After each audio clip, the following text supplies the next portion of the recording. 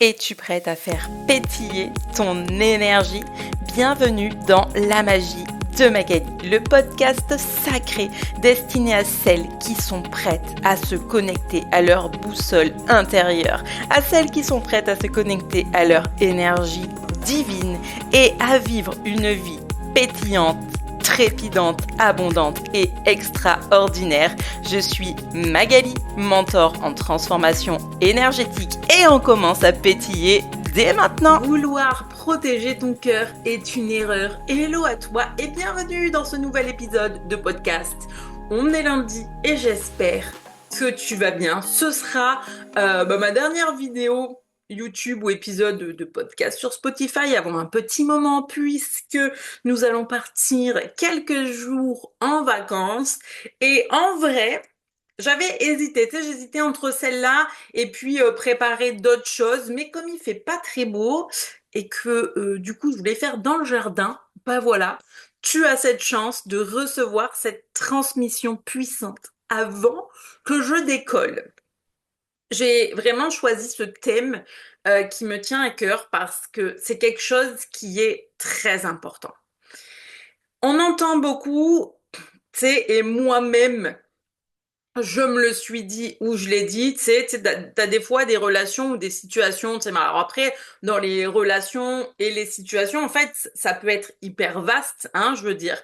Pour moi, tu vas autant parler du domaine relationnel amoureux que, tu sais, tu peux le ramener à une blessure amicale ou fait, même avec un travail où vraiment, là, pour moi, de ce que je vais te transmettre là, c'est que ça compte pour tout. Genre, j'ai eu le cœur brisé. Tu sais, déjà, t'entends souvent ça. J'ai eu le cœur brisé. Ah, mais fais attention, tu sais, protège-toi, protège ton cœur, tu sais, ou genre, c'est un peu comme protéger ton cœur, tu sais, tu vas pas te montrer vulnérable quelque part, tu te montres pas vraiment tel que tu es, etc.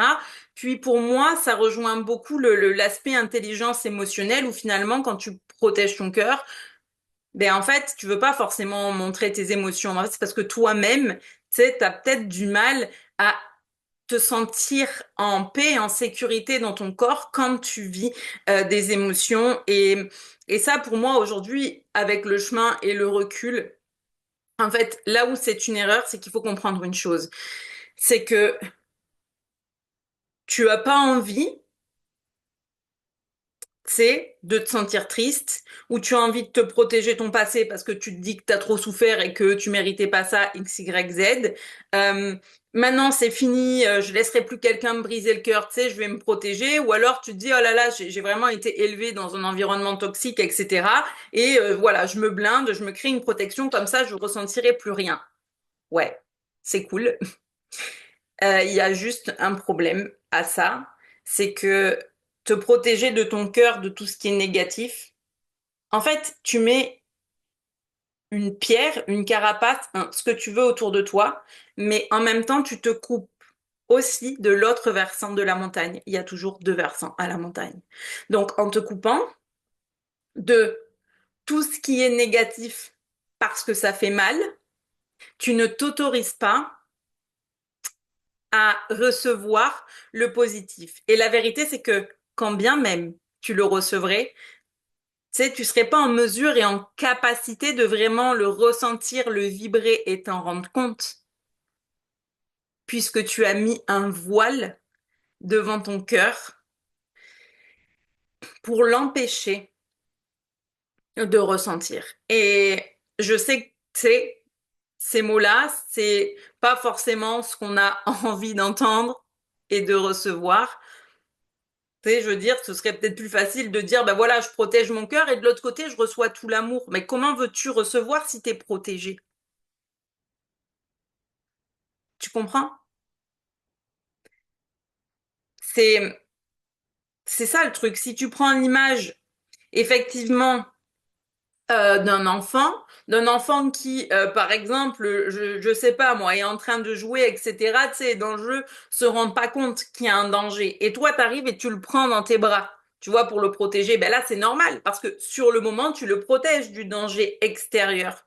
Mais si tu le gardes tout le temps fermé et contre toi, Tu le protèges pas que du danger extérieur. Si après tu le lâches pas, qu'il retourne vivre sa vie, tu sais, tu le protèges de tout le temps. Et en fait, avec la capacité à ressentir, eh bien, c'est la même chose, finalement. Tu vois, c'est que je j'ai plus envie d'avoir le cœur brisé, mais ça, on va y revenir parce que c'est pas possible d'avoir le cœur brisé et de façon très physique et physiologique, hein. Mais d'un autre côté, en te protégeant de ça, ben, tu n'autorises pas non plus ton cœur à vivre des grandes joies, tu vois. Alors maintenant, l'histoire du cœur brisé, parce qu'on l'a tous dit, parce qu'on l'a tous entendu. Et c'est pour ça qu'on l'a dit, c'est parce qu'on l'a répété. Si ton cœur était un os, il pourrait se briser. Mais ton cœur est un muscle. Et un muscle, ça peut se déchirer, mais ça se recolle. Mais un muscle, sur le principe, c'est que ça s'étend, ça s'agrandit. OK? Voilà, l'exemple, il va vraiment être parlant pour tout le monde. On rentre dans du concret, dans du physique. Demain, tu commences un sport. OK? Ben, au début, ton muscle, il a sa forme. Tu vois, les biceps, triceps, là, machin, les quadris, les trucs. Ton muscle, il a une forme. OK? Qu'est-ce qui se passe? Tu vas à l'entraînement tous les jours, tous les jours, tous les jours. Au début, tu sais, c'est dur. Et puis ton muscle, il s'étend, il prend de nouvelles formes. Et c'est pour ça que quand on commence une activité physique, alors régulière, hein, si tu me dis que tu vas qu'une fois par mois, non, tu verras pas de grands changements dans ton corps, hein. Ça, c'est le côté coach qui revient, je préfère le préciser. C'est jamais, c'est quand tu fais 1% sport, 99% Netflix et chips. Oui, le corps change aussi, mais peut-être pas dans le sens où tu le voudrais. Bref. Donc, qu'est-ce qui se passe? C'est le muscle s'étire, il prend une nouvelle forme.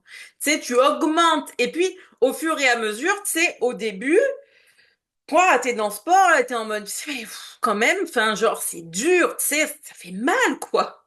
Tu vois, ça fait mal. On est d'accord. Mais toi, t'as envie de faire cette activité parce que ça t'appelle.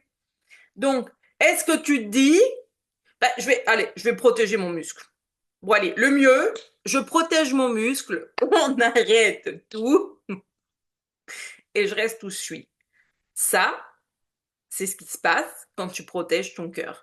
Mais quand tu te dis, je vais continuer à travailler ma capacité, c'est donc, je prends mon courage à deux mains et je choisis de laisser mon cœur ouvert en ayant conscience que je vais accueillir à la fois le bonheur, la joie, la gratitude, l'amour, mais à la fois il y a l'autre versant de la montagne et bien sûr qu'il y a des moments où je pourrais ressentir de l'inconfort, de la tristesse, de la frustration, de la colère, me sentir triste parce que certaines relations ne résonnent plus, je les laisse derrière moi. Quand tu laisses ton cœur ouvert, comme c'est un muscle, qu'est-ce qui se passe? Tu augmentes doucement ta capacité à ressentir. De la même façon que quand tu fais ton sport, donc ton muscle s'étend, et ce qui te faisait en fait super mal au début, au bout de plusieurs mois, plusieurs semaines, t'es en mode waouh, mais je suis vachement plus résistante. Ben c'est normal, chérie. T'as entraîné ton muscle à ressentir. Donc forcément, ce qui te paraissait être une montagne au départ, vu que ton corps t'y est allé tous les jours, tu sais, plusieurs fois par semaine, etc., ton corps a pris l'habitude de ressentir, tes muscles ont pris l'habitude de ce fonctionnement, et donc évidemment que ça fait moins mal. Et je suis pas en train de te dire qu'en enlevant le filtre devant ton cœur, tu vas plus jamais rien ressentir. Mais plus tu augmentes ta capacité, plus tu travailles ton muscle et que tu l'habitues à ressentir les inconforts, les émotions, etc., c'est en fait, tu es en mode OK, OK, je ressens, j'accueille, je me donne de l'amour et de la compassion parce que je sais que je suis en capacité de le ressentir. Et quelque part, tu sais aussi que c'est passager. Et qu'en augmentant cette capacité, ça va laisser place à l'autre versant et au grand soleil. Mais pour être capable, quelque part, de voir ça, tu as aussi besoin de travailler l'autre capacité parce que, je veux dire, tout est, en fait, pour moi, finalement, dans la vie, quand tu regardes les choses dans leur ensemble, tout peut être vraiment très simple et nous, on se la complique tout le temps. OK? Donc, je veux dire, je commence un sport et je veux progresser, c'est simple. Ça va me demander de l'engagement, de la dévotion envers moi-même et de me dire chaque jour, je vais continuer à avancer, même si ça me fait mal aux bras, aux jambes, aux épaules, aux abdos, au dos, au X, Y, Z. Parce que je sais qu'avec cette constance, bien sûr que je vais m'améliorer. Ce qui veut aussi dire que quand tu prends ça sur le plan de, de ton cœur, de l'amour, de l'émotionnel, etc., plus tu as travaillé ta capacité à ressentir des émotions, moins c'est un fardeau quand ça se présente. Parce que le problème, il est là. Une émotion en soi, elle est passagère et de mémoire, ça dure entre 60 à 90 secondes, le passage de l'émotion. Ce qui est très difficile, c'est pas l'émotion en elle-même, c'est le ressenti physique corporel associé et comment faire pour l'accueillir et la libérer. Et le problème de fermer ton cœur, c'est que tu vas te dire, ah, ah, je ressens rien, mais c'est pas vrai. Peut-être que tu as l'impression de pas ressentir ou de moins ressentir, mais ce qui est en train de se passer, c'est que l'émotion, elle entre en toi et elle reste. Et ça crée une charge. Et puis une autre, un jour, va se rajouter. Et une charge, et une charge, et une charge. Mais ton corps n'a pas à supporter toutes ces charges émotionnelles. C'est comme si tu n'as jamais fait de musculation, tu arrives et tu te dis, oh bah attends, la presse, là, ça a l'air facile, il faut juste s'asseoir et pousser avec les jambes. Ok, t'en as jamais fait, tu commences à 200 kilos. Mais oui, mais bien sûr. Mais bien sûr, c'est non, en fait. Qu'est-ce qui va se passer? Tu vas te faire mal.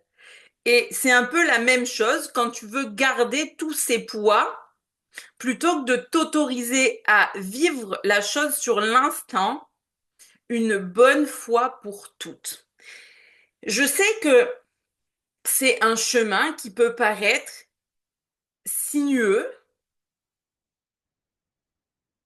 mais ce sera toujours moins pire que le long fleuve tranquille dans lequel tu es en train de t'enfermer et qui, t'empêchant de vivre pleinement ton négatif, t'empêche aussi de vivre pleinement ton positif. Tu vois, c'est vraiment hyper important.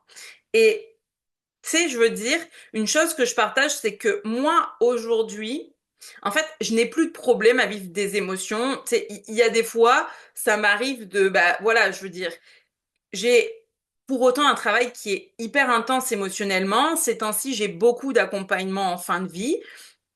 Et évidemment que tu échanges avec les personnes, tu reçois tu sais, des vibrations, des émotions de l'animal. Bien sûr que j'ai des rituels, ok, de protection, mais je fais pas un rituel de protection. Le rituel de protection, c'est moi pour être dans la bonne posture énergétiquement afin de pouvoir être un soutien émotionnel pour l'animal et la personne. Ok, je n'absorbe pas pour absorber, tu sais, pour empêcher l'autre de ressentir. Tu vois, c'est ça le truc. C'est une question de posture. Mais pour autant, il y a quand même beaucoup de choses qui se passent et beaucoup d'émotions.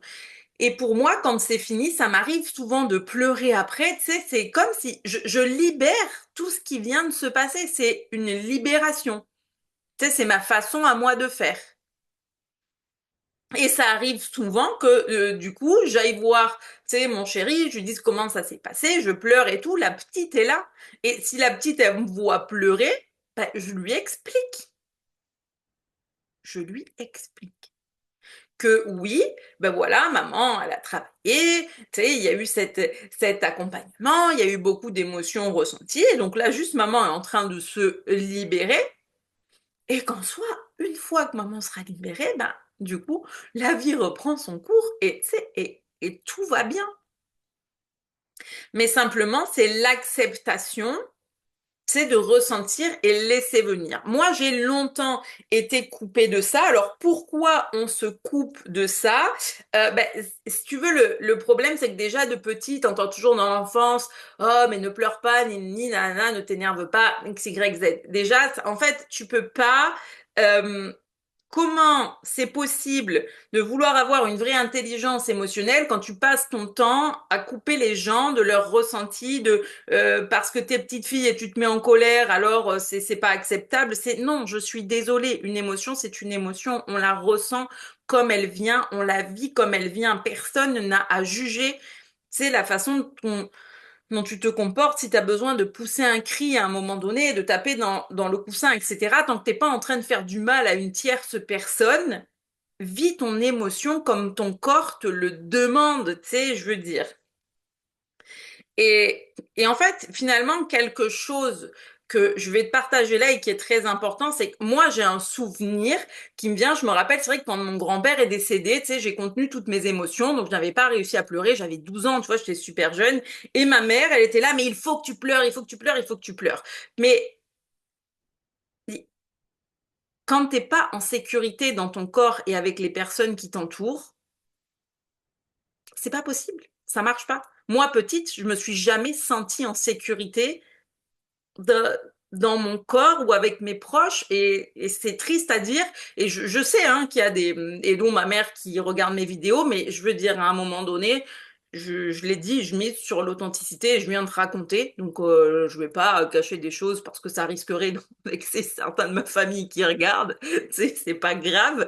Euh, mais la vérité, c'est que je me suis jamais sentie assez en sécurité pour pouvoir exprimer pleinement les choses.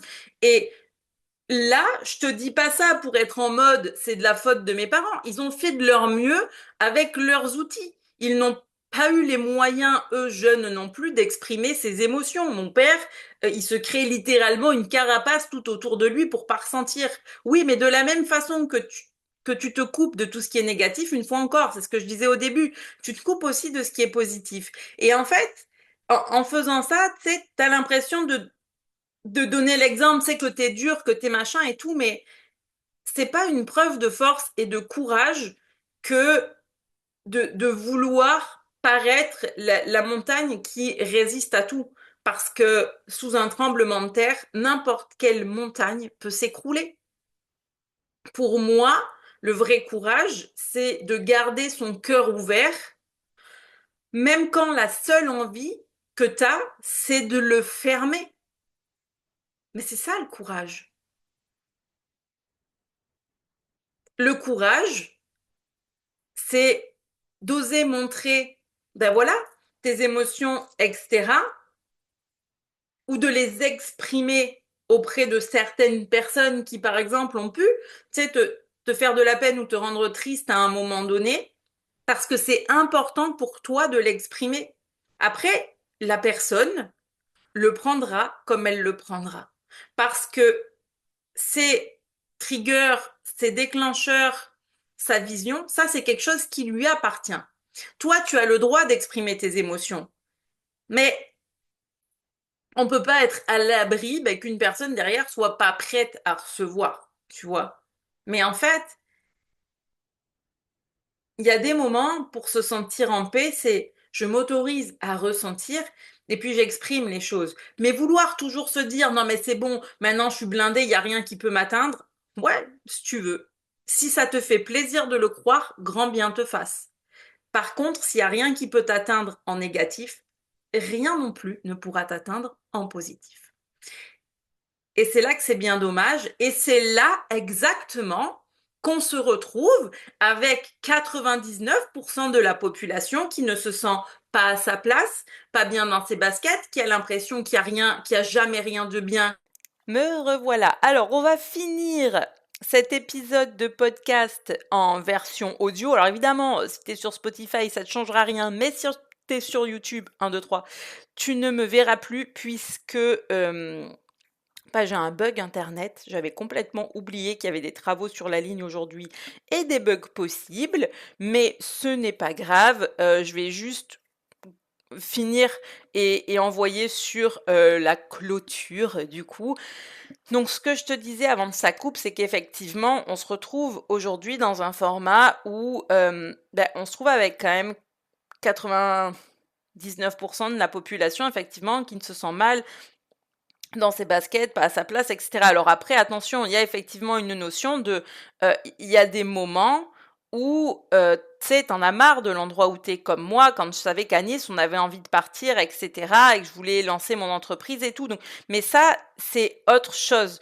Tu vois, moi, quand je te parle vraiment de cet aspect émotionnel et d'être fermé, c'est-à-dire que, ok, je me blinde d'une certaine façon pour pas que le négatif m'atteigne, mais pour autant, tu vois quand même le négatif. En fait, tu as l'impression qu'il t'atteint pas, mais quelque part, tu le vois quand même.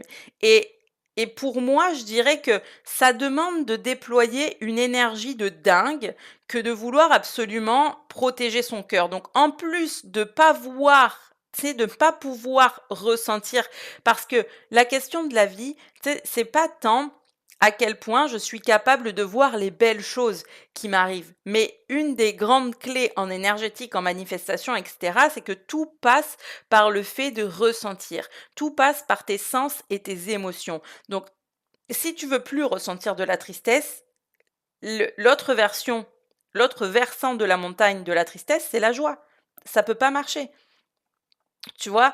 Donc, le truc, c'est de te dire, bien sûr qu'il y a des périodes où, tu sais, je vais ressentir ces inconforts, ces émotions, je vais vivre des challenges, mais c'est tout autant de challenges qui augmentent ta capacité à recevoir encore plus de l'autre côté et à ressentir encore plus de l'autre côté. Je veux dire, en fait, il y a un moment donné où c'est pas parce que tu es en lutte contre quelque chose que forcément ça va te rendre service. Tu sais, pour moi, au contraire, c'est se tirer une balle dans le pied parce que le truc, c'est que tu déploies tellement d'énergie là-dedans que c'est tout autant d'énergie que tu ne peux pas mettre à ton service créateur. C'est à ton service de vibrer dans l'amour, dans la gratitude, dans l'abondance. Et c'est toujours pareil, c'est je fais le choix de quoi?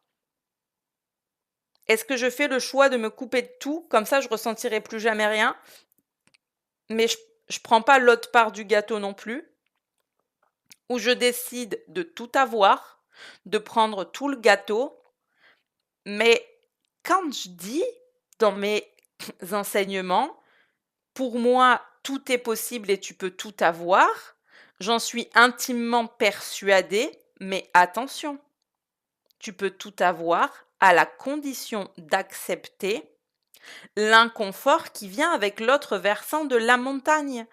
Parce que je ne peux pas vouloir tout le positif, il y a forcément une dualité, ombre et lumière, noir et blanc. Il y a forcément une dualité qui existe à un moment donné. Et comme je le dis, c'est le vrai courage. C'est pas de dire j'ai été, tu sais, je suis super courageux, moi voilà, maintenant j'ai tellement augmenté ma capacité, je suis dur comme un roc, je ressens plus rien. Moi, tu m'impressionneras pas avec ça, hein. Et au contraire, je t'envoyer de l'amour et de la compassion tellement je trouve ça triste, hein. Parce que le vrai courage, c'est de garder son cœur ouvert, même quand la seule envie que tu as, c'est de le fermer. Parce que ça veut dire que tu vas travailler ton muscle, il va être dans l'inconfort, mais ta capacité à ressentir va augmenter. Et tu sais, ta capacité à ressentir augmente, donc ça veut dire que tu augmentes aussi ta capacité à ressentir la joie, etc. Mais peut-être que des semaines ou des mois plus tard, cette même situation qui t'avait vachement challengé se représente. Mais comme tu as travaillé ta capacité, pour toi, finalement, elle sera vécue de façon complètement différente. Parce que tu auras déjà compris que tu es capable de passer à travers cet inconfort. Et bien sûr qu'il y aura d'autres inconforts plus grands, d'autres challenges plus grands parce que, ben, quelque part, j'ai envie de dire, c'est ainsi que ça fonctionne que d'être dans cette expérimentation de la dualité. Tu sais, je veux dire, moi, en tant que maman, tu sais, il y a vraiment des fois où on va dire que 90% du temps, je suis vraiment dans l'accueil, tu sais, je prends vraiment la posture, l'accompagnement, etc. Puis il y a des moments où la fatigue, elle prend le dessus, tu sais, et où je vais vraiment péter un plomb. Mais ou quand c'est comme ça, il y a deux choses. La première, c'est que je vais d'abord m'envoyer de l'amour à moi-même en mode écoute. Tu sais, je veux dire, tu fais ton mieux et il y a des moments, bah, c'est OK de vivre ces émotions plus fortes ou d'avoir les nerfs qui lâchent. Puis après, la deuxième, c'est souvent d'aller voir la petite et de lui expliquer que, OK, moi, ma réaction était, tu sais, démesurée et que ce comportement-là, j'aurais pas dû l'avoir. Mais pour autant, on va pas non plus valider le fait que elle ait un comportement où elle peut se faire mal, ou elle peut faire mal à quelqu'un, etc. Et donc, c'est l'explication et la compréhension, tu sais, de la situation dans son ensemble qui a amené ça, tu vois. Mais je veux dire, en fait, tu peux pas te taper sur la tête à chaque fois que tu ressens une émotion, que tu ressens de la colère, etc. Le mieux que tu as à faire, c'est j'accueille, je ressens, c'est je me mets dans un état où je me sens assez sécuritaire pour la laisser s'exprimer. Et une fois que l'émotion est sortie, que tu l'as vécue comme tu devais la vivre, les choses, elles pourront reprendre son cours.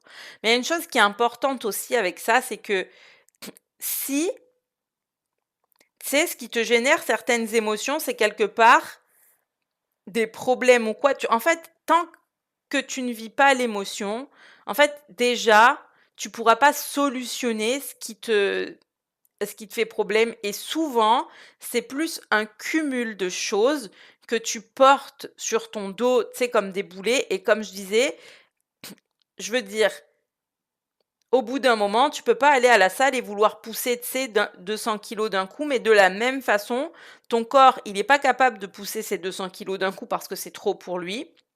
Mais toutes les charges émotionnelles que tu entasses et que tu entasses parce que tu es persuadé qu'en ne ressentant rien, tu te protèges, c'est tout autant de charges que tu demandes à ton corps de garder en lui et c'est pas possible.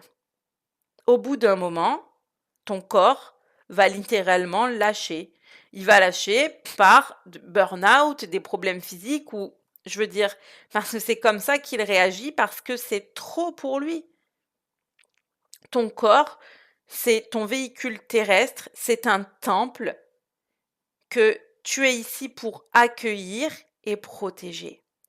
Oui, mais tu ne protèges pas ton corps en te protégeant de l'extérieur, des relations, parce que tu veux protéger ton cœur pour plus souffrir.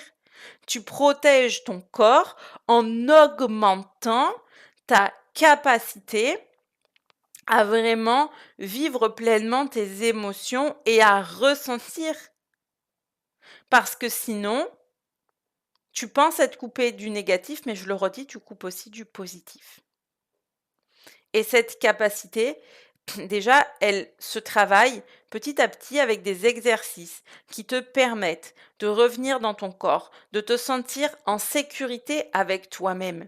Parce que bien souvent, on va chercher de la sécurité avec des choses à l'extérieur, tu sais, on te fait un câlin, tu te sens en sécurité. Mais bien sûr, le système nerveux a ce besoin de connexion, tu sais, ton animal peut t'apporter cette sensation de sécurité, tu sais, et je veux dire, je le comprends très bien, mais il y a une chose importante que j'ai comprise, c'est que cette sensation de sécurité, elle ne peut pas être constamment déployée avec des choses à l'extérieur de toi. C'est important d'apprendre à revenir dans son corps, à faire descendre l'énergie de la tête vers le bas, et à vraiment se sentir à l'aise avec ses ressentis, quels qu'ils soient.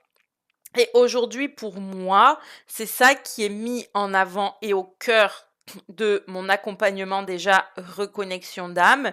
Oui, le Reiki est au centre de cet accompagnement, mais le Reiki va représenter 10% du truc. Mon but avec reconnexion d'âme, c'est pas de te faire devenir thérapeute, c'est de te faire devenir toi. C'est de te permettre de reconnecter à ton cœur, à ton potentiel intérieur finalement et à t'autoriser enfin à être et à exister. Parce que c'est ça qui est le plus important. Après, une fois qu'on a fait ça, si derrière tu as envie de continuer le chemin avec moi pour faire comme l'a fait Karine, tu sais, le niveau 2 de Reiki, ouvrir ton cabinet de thérapeute, oui, c'est possible.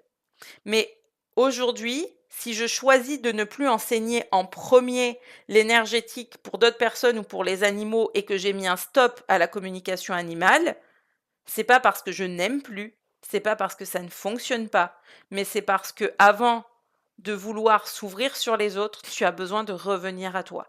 Parce que quel que soit le chemin que tu prennes avec moi, qu'il soit énergétique ou en communication animale, si tu n'as pas la bonne posture par rapport à tes ressentis et tes émotions, ce ne sera pas possible d'avoir la bonne posture quand des situations vont se présenter à toi et que tu vas devoir être dans l'accueil des émotions de l'autre personne et de l'accompagnement. Et ça, crois-moi, j'en sais quelque chose puisque des accompagnements individuels, j'en fais toujours.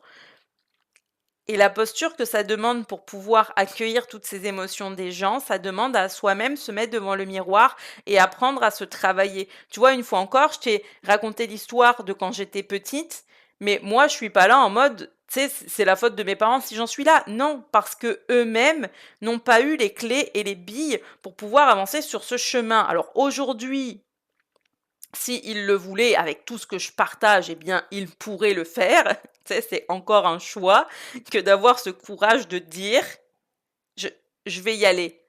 Mais de la même façon que eux ont ce choix, tu l'as aussi. Moi, tu sais, je me considère pas comme victime des circonstances ou de X, Y, Z. Le chemin s'est passé tel qu'il devait se passer pour me permettre aujourd'hui d'être cette personne dans cette posture qui a vécu ce chemin et qui, du fait de l'avoir vécu, le comprend et l'intègre pour mieux le transmettre, mieux l'incarner et te permettre à ton tour de l'incarner. Donc maintenant, j'ai deux propositions pour toi. Si reconnexion d'âme, ça t'appelle, parce que, je veux dire, tu sens que tu es prête à ouvrir ta capacité à ressentir, à vibrer, à rayonner, à te permettre d'exister et à avoir tout le gâteau, pas juste une part, pas juste les miettes. Tu prends tout le gâteau en acceptant les deux versants de la montagne. Oui, c'est fait pour toi et crois-moi, le Reiki, c'est la plus belle énergie pour t'accompagner dans cette reconnexion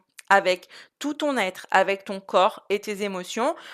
Donc, je t'invite quand même à aller visiter la page que j'ai créée pour l'accompagnement, tu vois, avec le lien en bio, mais en vrai, tu peux aussi bien m'envoyer un message sur les réseaux sociaux ou via mon site internet avec le formulaire de contact, parce que de cette façon, on pourra commencer à échanger, tu vois, par écrit, et puis après, si ça t'intéresse, je pourrais te proposer l'appel qui est complètement gratuit. C'est vraiment la petite séance d'immersion, de découverte pour que on aille voir quels sont tes besoins et si vraiment c'est un match pour toi. Mais en attendant, tu peux quand même profiter gratuitement de l'activation énergétique. Du coup, l'activation énergétique, ce sont des audios que je dépose sur ma plateforme de formation 2 fois par mois, le premier et dernier lundi du mois. C'est pour t'immerser un petit peu dans ma formation. Ces audios sont directement tirés de l'accompagnement reconnexion d'âme. Et le but, justement, c'est de te permettre de venir travailler cette capacité à revenir dans ton corps, puisqu'il y a toujours une mini pratique somatique, puis la transmission pour que tu le ressentes à l'intérieur de toi. C'est fait pour toi si tu as vraiment envie de recevoir mon énergie pétillante, parce que mon but, c'est de t'accompagner vraiment à révéler ton potentiel au-delà de ce que tu penses possible. Donc si ça t'intéresse, eh bien, une fois encore, en dessous de la vidéo, tu retrouves le lien pour pouvoir t'inscrire. Et je le répète, activation énergétique, c'est complètement gratuit. suis. Donc, je te remercie d'être resté avec moi jusqu'ici. N'hésite pas, comme d'habitude, à soutenir la chaîne. Laisse-moi tes commentaires, voir au fait, est-ce que ça te parle? Qu'est-ce qui te parle? Toi, comment tu vis tes émotions, etc. N'hésite pas à justement laisser des likes ou des étoiles sur Spotify parce que ça m'aide aussi évidemment à en gagner en visibilité. Et un de mes grands buts, moi, c'est pas de la visibilité pour être une star ou voilà, mais le but étant de laisser l'héritage d'un monde meilleur. Et plus on a de personnes qui vont ouvrir leur conscience à eux-mêmes, à leurs ressentis, à leurs émotions, plus de personnes vont s'autoriser à exister et rayonner, et plus nous aurons de lumière en ce monde. Donc je te laisse là avec ce partage, cette information. Je te fais des bisous et je te dis à très bientôt.